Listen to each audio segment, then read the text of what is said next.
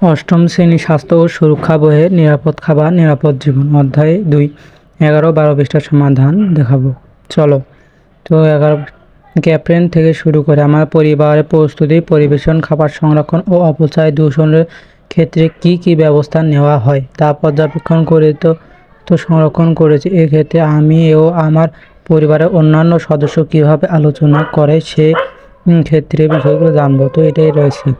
তো তাহলে চলো আমরা যে বিষয়গুলো পর্যবেক্ষণ করলাম তার দিকে পর্যালোচনা ছকটি পূরণ করি। তো আমার পর্যবেক্ষণ খাবার প্রস্তুত করা এবং এতে করে কে কে অংশগ্রহণ করেন। খাবার প্রস্তুত কিভাবে করা হয়, এতে কে কে অংশগ্রহণ করেন। বাজার থেকে খাবারের মাল কিনে এনে তা সুন্দরভাবে ধুয়ে নেব। পরিবারে বা খাবার আমার মা ও বোন রান্না করেন, মাঝে মাঝে মা বোন না থাকলে আমি রান্না করি। পরিবেশন কিভাবে করা হয় এবং কে করেন।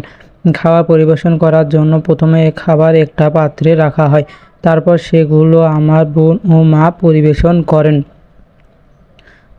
খাবার সংরক্ষণ কিভাবে করা হয় এবং কে করেন। খাবার সংরক্ষণ করার জন্য ফ্রিজে বা আলমারিতে রাখা হয়, এটা আমার মা করেন। খাবারের পুষ্টি বজায় রাখতে কী করা হয়। খাবার পুষ্টি বজায় রাখার জন্য যেসব নিয়মকানুন মেনে চলা হয়। খাবার তৈরি করতে হবে।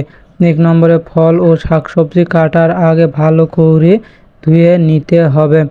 তো 2 নম্বরে মাছ, মাংস, শাকসবজি তাপমাত্রায় সম্পূর্ণ সিদ্ধ করে রান্না করতে হবে। তো এইভাবে 1 ও আমরা 2 লিখতে পারি। তো 3 নম্বর নাই, তো আবার অন্যটা লিখতে পারি। পরিবারের উন্মুক্ত খাবার কি করা হয়। পরিবারের সকলে খাওয়ার পর খাবারের যে অংশটুকু বেঁচে যায় অর্থাৎ উন্মুক্ত অংশ পরবর্তী খাওয়ার জন্য সংরক্ষণ করা যেতে হয়। এতে খাবার অপচয় হয় না। খাবারের প্রস্তুত করা ও সংরক্ষণ প্রক্রিয়া আমি কি কি ভূমিকা পালন। খাবার প্রস্তুত করার সময় এবং অংশ প্রক্রিয়ায় সবসময় আমি যথাযথ ভূমিকা পালন করার চেষ্টা করি। খাবার তৈরি করার সময় আমি মাকে বিভিন্ন ছোটোখাটো কাজে সহায়তা করি। খাবার সংরক্ষণের ক্ষেত্রে আমি বিশেষ ভূমিকা পালন করি। কীভাবে এই সবগুলো পূরণ করতে পারি। তো আমাদের চ্যানেল নতুন থাকলে চ্যানেলটিকে সাবস্ক্রাইব করবেন, পেজ হলে পেজটিকে ফলো করবেন এবং ভিডিওটি ভালো লাগলে লাইক করবেন এবং কোন বিষয়ে ভিডিও চান তা একটু কমেন্টে বলবেন।